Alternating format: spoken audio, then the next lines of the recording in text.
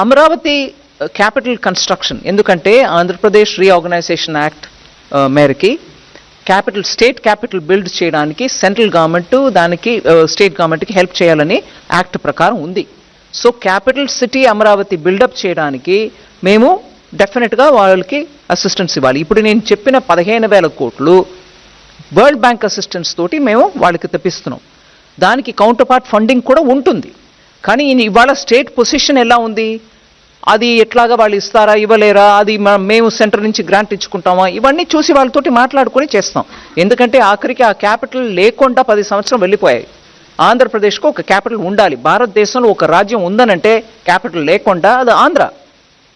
అది యాక్ట్ ప్రకారం ఈ పార్టీకి క్యాపిటల్ అక్కడ ఉండాల్సిందే. నేను ఎవరు చేస్తారు ఎవరు చేయలేదు అనే విషయానికి వెళ్ళలే. ఆ క్యాపిటల్ బిల్డ్ చేయడానికి కేంద్ర ప్రభుత్వం పూర్తిగా కట్టుబడి ఉంది.